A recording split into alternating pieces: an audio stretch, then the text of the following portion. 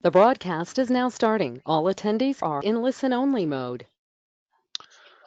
Hello and welcome everybody. My name is Nick Cortina. I'm very excited to bring you another Exago support lab. Now before we do get started, I just want to make sure that everybody can hear me all right, see my screen okay. So if y'all could just type a Y or a yes in the questions pane, just let me know that you're coming through all right. That would be great.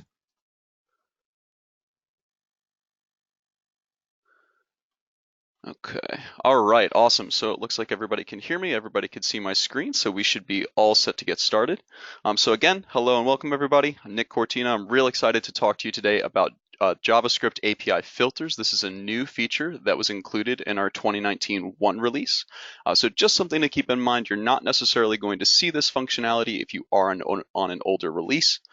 So if you like what you see here, that might be a good excuse to poke your dev team and see if you can get them to update. Now, before we go any farther, I want to be really explicitly clear about the fact that today we're going to be looking at some code. Now, I know that that might be something that scares some folks away. That's absolutely okay, but we just want to be really upfront about the content we're covering today. If you're not the type of individual who wants to get deep into code and some of the inner workings of what we're doing here today, this might not be the lab for you. So, couple other quick thoughts. There's a few assumptions that we are making going into this lab. Primarily that you, by attending this lab, have some understanding of both the JavaScript API as well as either the .NET or REST API. If you're familiar with those topics, you know that the JavaScript API really sits on top of one of our other APIs. So with those things in mind, we're not going to be talking about the basics of the JavaScript API today. And now, if you do want some more information there, we actually have a pre-recorded lab about that. You can go find that on our support site. Again, we're also not going to be talking about the .NET or REST APIs. There's a pre-recorded lab about those too. So again, feel free to check that out on our support site. So with that in mind, what exactly are we going to talk about today? Well, we're going to be looking at this new functionality to be able to modify filter or parameter content via the JavaScript API. Now, there are a couple caveats to using this feature. We're going to talk through exactly what those are and some things that we just want to really keep in mind there. We're going to look at a couple sample snippets before we start looking at examples, just so we have an idea of what the framework for this really looks like, what we have at our disposal, what we can take advantage of. We're going to take a look at some examples. Specifically, we'll take a look at modifying an existing filter on a given advanced report. We're going to see how we can add a new filter to that advanced report. And we're also going to take a look at modifying a parameter value for an advanced report that's actually hooked up to a stored procedure behind the scenes. We'll take a look at the configuration for that as well, just so we have a full understanding of exactly what's going on there. Now, one other thing that I thought was important to bring up here, and we'll see that last bullet point. Nick, where does all this code come from?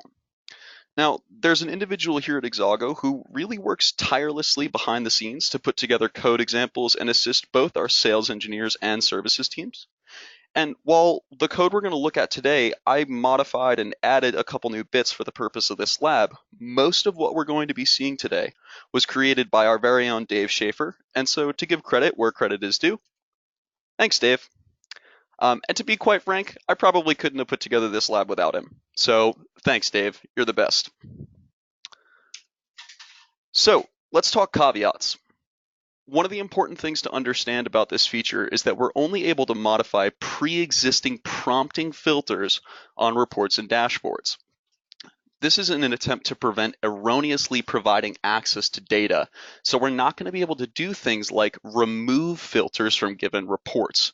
We're only either modifying content that's already there or potentially adding to that content if we're working with advanced reports. Another thing I wanted to mention here is that if we change a filter value for an existing prompting filter, that means that that filter is not going to prompt the user when the execution is rendered on the screen. By virtue of supplying a value for that prompting filter, the assumption is we don't want the user to be able to change that, and that's why we're going to see that behavior. One other thing I want to say is that we can't add filters to chained reports and dashboards. If we want to leverage this feature with chained reports or dashboards, those filters need to exist on the chained report or dashboard prior to us being able to interact with them. The final piece on the caveats here is that we can't modify hidden parameter content. Generally speaking, if you've got hidden parameters, those are being leveraged for things like tenancy or some other internal value storage that might be referenced throughout the application, but isn't necessarily something that the user should really be interacting with. So for that reason, we're not going to be able to modify those hidden parameters. If we do need to change parameter content, like we'll see in the example later on, those parameters need to be non-hidden. So we're going to take a look at some sample snippets, get a little bit more of an idea of what the new structures that we're going to be able to work with look like. So in terms of what's actually been modified or changed in our JavaScript API to allow us to interact with these filters and these parameters, specifically what we're going to be looking at is a change to the execute report function. Now, you'll notice that we're still going to supply the container, export type, and report path. And whereas before there were a couple extra options that we could possibly input, we didn't always have to, but we could if we wanted to. Things like the UDF, the update callback, and the error callback. Now we've got a new structure called report options, and that's just in blue on the end here. The report options is really where we're going to include information about filter content that we want to modify or parameter content that we may want to modify. We'll also still be able to input information about those other values we mentioned, the UDF, the update callback, and the error callbacks as well. So right now, we're going to jump over to our support site for a quick second and take a look at what exactly that report option structure really looks like. So I navigated over to this page on our support site that's all about the filters and parameters via the JavaScript API. And we can see here this report options structure that's being built, this object that we're constructing. And here, as I mentioned, some of the first three things that we can choose to modify if we'd like are going to be our UDF, the update callback, and the error callback. These were already existing in the JavaScript API previously. This is just a new way for us to be able to specify those values and specify filters and parameters if we'd like. The other important part of report options, and what we're really going to be honing in on here today, are these values down here, where we can supply a collection of new filters if we'd like to add any number of new filters to a given report, any number of prompting filter values. This is the ability, again, as I mentioned, for us to modify values of pre-existing prompting filters for advanced reports. If we'd like, we could do the same thing for a dashboard or a chained report. And then finally, we're going to be able to specify a collection of parameter values that we may want to either add to a report or update in the case that we have existing parameters. Finally, you'll see down here, again, just in line with that snippet I had on the slide, the report options being specified as the final input parameter to the execute report function. So in terms of these filters, for adding new filters, what is that actually going to look like? If we come down a little bit in the list here, we're going to see that we're going to specify a few different things when we start to create filters that we're going to include in an array of filters, a collection of filters that we're going to add here. The first thing we're going to specify is this filter text. This is really one of the most critical pieces of each filter that we might be generating, because the filter text is either going to be a data field, a function, or an Exago formula, or a parameter. Effectively, this is what we're using in terms of the filter's definition, how we're relating what we want to filter on to the values that we're going to specify later on. The other thing we're going to see here are going to be the operator. In this example, this is using between, but this can be any of the supported operators that you see in the filters pane when you're creating filters on reports. One thing to note about the operator and its relationship with the values that we're going to specify, if that operator type is one of or not one of, then values has to be an array of values. Even if we're just specifying a single value, if we use one of these two operators, it has to be included in an array.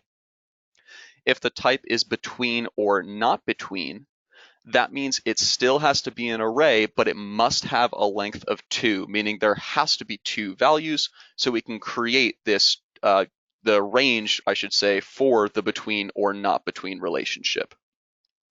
One other thing to mention here, we're not going to be able to use filter functions here for these various filters. If we did need something like a filter function, that might be a use case for you to recreate that filter function as a custom function. Because we can use standard Exago functions and formulas, we're just not going to be able to reference filter functions here. So that's something else we just want to keep in mind. After the operator, we're going to specify some other information about the filter, those being prompt flag, the and flag, and group with next flag.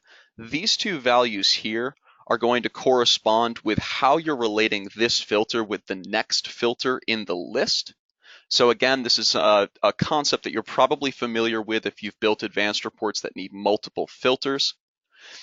The prompt flag here is also actually pretty relevant because setting this prompt flag to true means that this new filter will prompt the user and the default values will be the values we specify. But if we wanted to add a filter that doesn't prompt the user, that still impacts the report, we would want to make sure that this prompt flag is set to false. Here, we're going to specify the values. Again, for operators that require multiple values, this has to be an array. For operators that require single values, it can just be the single value. And then finally, the title. This is going to be the text that's displayed next to the filter if that filter prompts and displays some content to the user that they can select before the report executes. We'll see we're going to push that filter into the array that we created initially. We'll do the same with the second filter that we're adding here. And then this filters array would be included in that report option. So we can see this filters is effectively what we're populating in that little snippet, just to make sure we have the whole picture here. So those are our new filters. Well, what about the prompting filters, the pre-existing filters that we might want to modify that already existed on a given advanced report? If we scroll down a little bit here, we're going to see that adding those prompting filters will go through a similar process, except the content that we're specifying is just a little bit different. In this case, the filter text we specify has to match the filter text that's specified on that prompting filter on the report. So again, that can be a given data field, or it could be a function or formula, or potentially a parameter.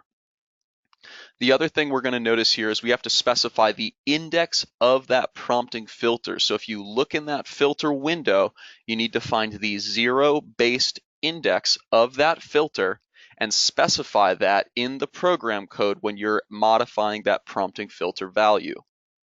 The final piece that we're going to see is the values here. That's going to actually modify the value we're setting for that prompting filter. Just to reiterate one of the things we mentioned earlier, when we specify this value for that pre-existing prompting filter, it will no longer prompt the user. By virtue of us specifying a value for that filter, the assumption is that we don't want the user to be able to change that once the report is executed. The other thing we'll notice down here is that we can actually change the operator for those pre-existing filters should we feel the need to. So in this case, because we specify this operator of not between, that means that we can supply a new array of values. So if this this specific filter was previously using an operator of, say, equal to, by specifying this operator of not between, we now want to ensure that we're specifying an array of values as opposed to just a single value. And then again, we're going to add those prompting filters to the prompting filters collection. And if we take a quick look back up at that report options, we'll see that that prompting filters is what we're specifying for the prompting filter values here. The final piece here is going to be modifying parameter content. So if we come down here a little bit, we'll see again, very similar to how we're constructing the array of new filters as well as pre-existing prompting filters. For each parameter, we want to specify the name of the parameter. That's going to sync up with the name that's specified for that parameter in the admin console. When we take a look at the stored procedure example in just a little bit, we're going to see that. The value is the new value that we want to specify here. And our prompt text can be modified if we'd like. The prompt text here is effectively what the user will see if they're going to still be able to modify this content. If we set the prompt text to be an empty string, like we can see here and like we'll see in the example, that means that the value we supply will be the value for that parameter, and the user won't have an opportunity to change it when the report is executed.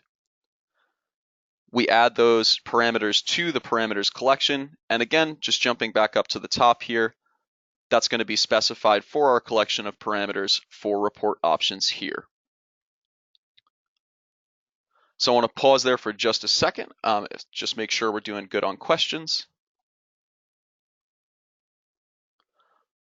All right, and it looks like we're okay for now. So let's take a look at a couple examples. So I want to jump into a local Exago instance for a second, and let's take a look at the report that we're going to be executing in an integrated example. So in this case, I've got this JS API filters report. I've got a header on the employee last name just to display some simple employee information here. And then we're going to show some detail information to show each employee's orders grouped by each employee. So if we execute this report as is, we're going to see this one filter on this report. And this is currently on the employee first and last name. So effectively, this allows us to specify an employee's full name to filter this report. For the context of this execution, I'm going to remove that filter, and we'll hit OK. And this is what this report looks like without applying any filter criteria. So again, for each employee, we're going to see all of their respective orders. If we scroll through, we'll see that that's going to be repeated for each employee. Now, what is this going to look like in terms of an integrated example? I'm going to jump over to an eval test app, again, some of Dave's handiwork that I've modified. And we're going to input a username. So in this case, let's pretend that we're Laura Callahan, and we're going to specify a number of employees. This is going to come into play for that stored procedure report I keep talking about.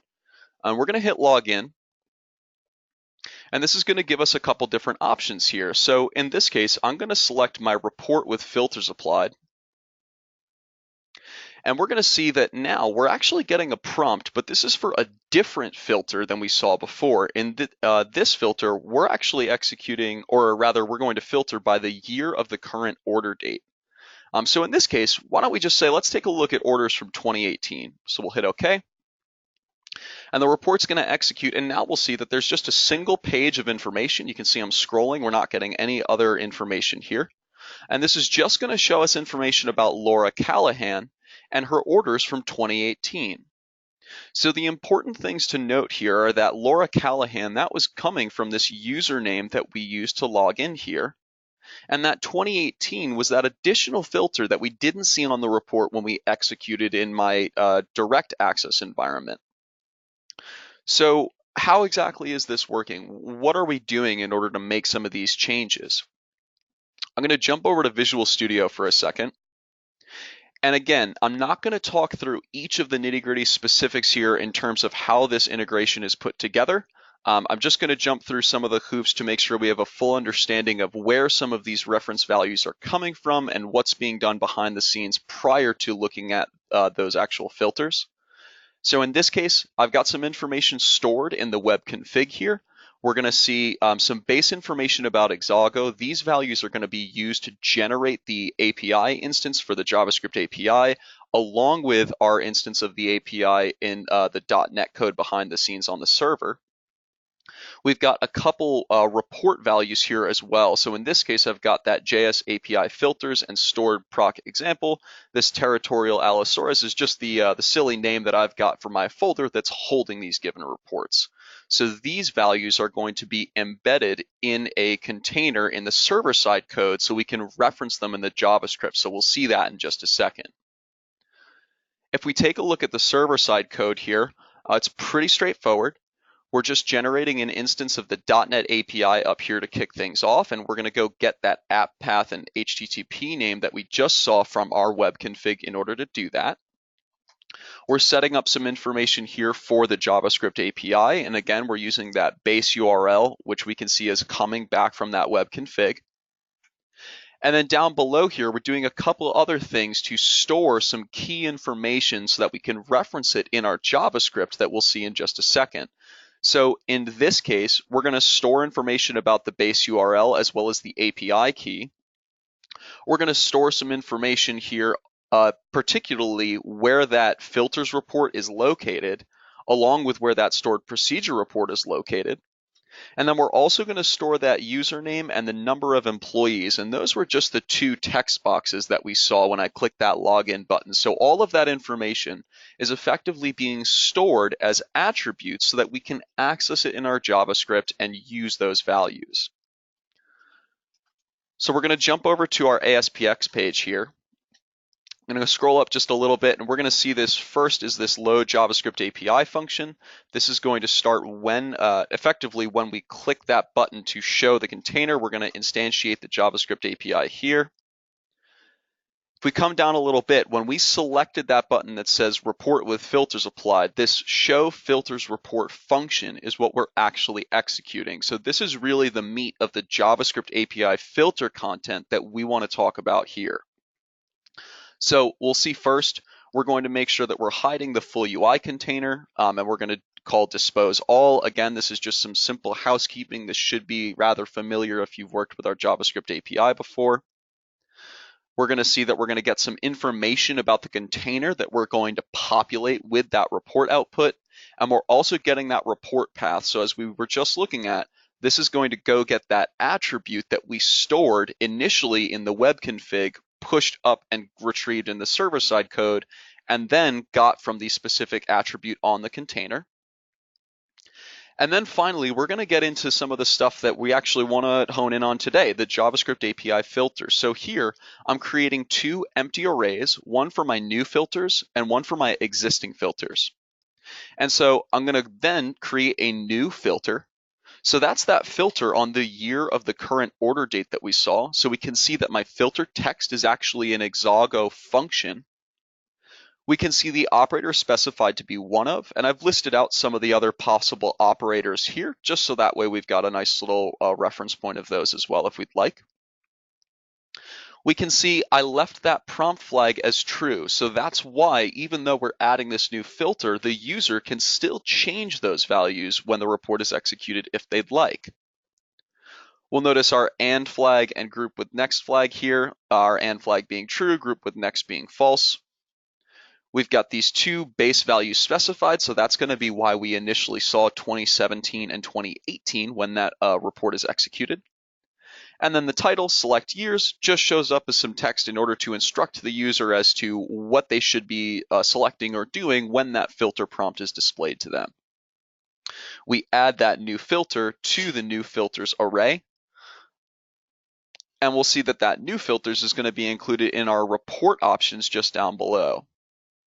Now for the existing filters, I'm going to have this existing filter that we're calling here. And the filter text is going to match the actual filter text that we saw on the prompt when we directly accessed my Exago instance.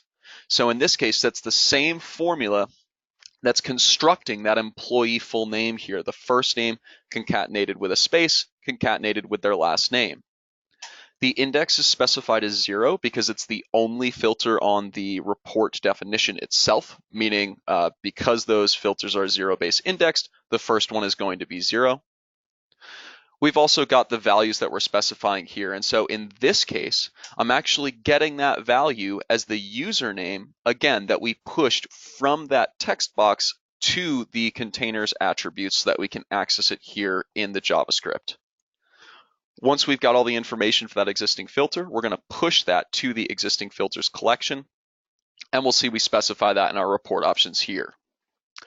Another thing I just want to note about the report options, I did mention that we could specify things like the UDF, the update callback, the error callback, and we could specify parameter content here if we'd like as well. We don't need to specify all that content. If we just had some new filters we wanted to add, we could simply specify the new filters. We wouldn't need to include this prompting filter values. I'm just specifying the two items here that I actually want to add and use to modify this report. On line 103, we've got the execute report call, and so here you can see that we're specifying that report options as the final input parameter. And then when we actually show that container that we're specifying here, that's going to be what actually displays the execution that we're setting on line 103. So I want to pause there for just a second. We just kind of went through a bunch of different code things. I want to make sure that everybody's feeling okay with that.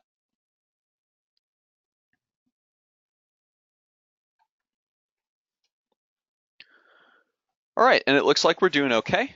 So I'm going to jump back over to our full UI here.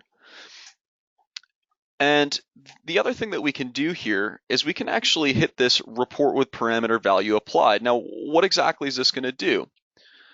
I'm going to go back to my direct access instance for just a second. And let's look at this stored proc example report. So this is the report that we're going to be executing when we click that next button in my eval test app example. So here we can see that I've got a stored procedure hooked up as my single data object. It's just going to show some simple information, last name, number of orders, and revenue for any given employee. And if we execute this report, we're going to see there's a prompting parameter that's hooked up to this stored procedure. It's actually not on the report anywhere here. If we take a look at the output, or excuse me, the design view, we're not seeing that parameter anywhere. It's not included in a filter or anything like that. There's no parameter set on this report. It's simply hooked up to the stored procedure in the back end. So when we run this report, we can specify whatever value we'd like. We'll see the base value is 5 here. When we hit OK, we're going to see the top 5 employees ordered by their revenue being returned for this given report. If we take a look at the admin console for a second, we'll see the parameter nvals. It's specified as an integer. It's got that base value of 5 like we just saw.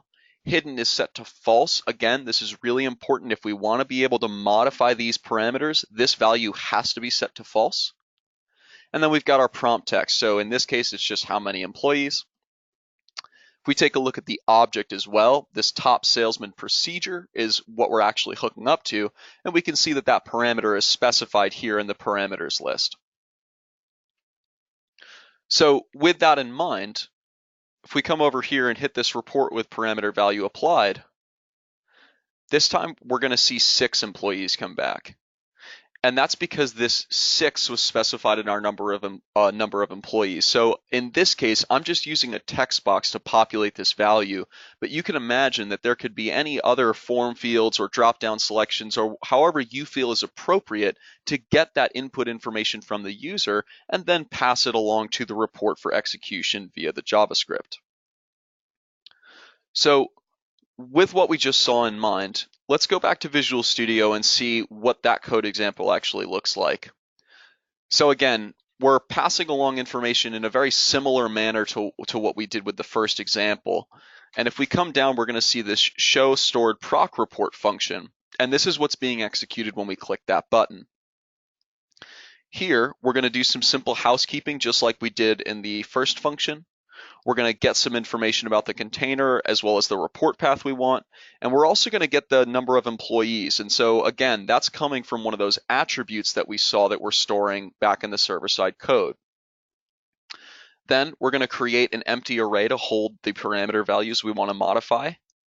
And in this case, we're going to specify an existing parameter, nvals, with a value equal to the number of employees. And I'm setting the prompt text to be an empty string, and that's why we don't see that prompt when we click the button there. If we had prompt text here and we were to execute, we would see that prompt and the user would still be able to change that value if they'd like. We're going to add that parameter to the parameters collection, and then we'll see in this case, my report options is actually just going to contain that list of parameters, where in this case, it's really just a single parameter we're modifying. Finally, that report options is going to be passed in again to the execute report function. And when we actually show that container, we're going to get to see that execution with the parameter values applied.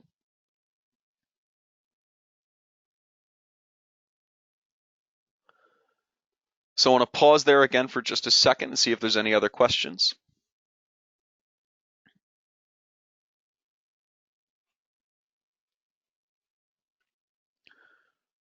All right, and it looks like everybody's doing okay with questions for now. And so that is actually going to come to the conclusion of the planned content for today's lab. In terms of what's coming up next, in July on the 10th, we're going to be conducting a lab about the new time zone handling in version 2019.1. And on the 24th, we do have an end user lab planned, but we currently don't have an end user topic that we've designated for that lab. Interestingly enough, we're really good at coming up with tech topics, but we actually struggle a bit to come up with good end user topics that we haven't covered already. So on that note, you're going to get a link to provide feedback for this lab once you leave the lab. Let us know what types of labs you'd like to see in terms of end user topics, because we'd really like to get a little bit more feedback from you folks so we can continue to deliver content that's relevant to you. So definitely let us know what you thought of this lab, as well as what type of end user topics you'd be interested in seeing in July, and in going forward in further months as well. So with that, we're going to stick around for a couple minutes here just to answer any other lingering questions. And as always, happy reporting.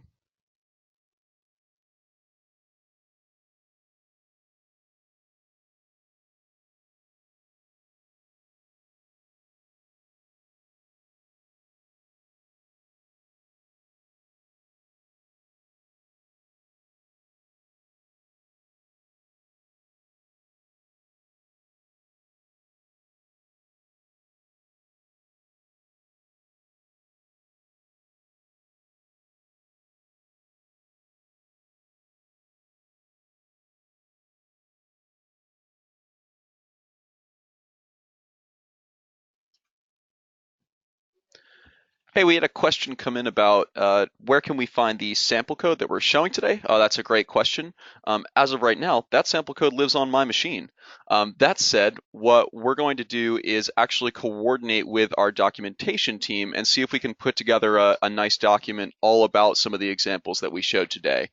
So what we'll do is we'll work to actually put some of that content together. If you are interested in looking for some of that sample code, please feel free to reach out to the services group, services@exagoinc.com. And as soon as we get some of that information put together, we'll be sure to send it your way.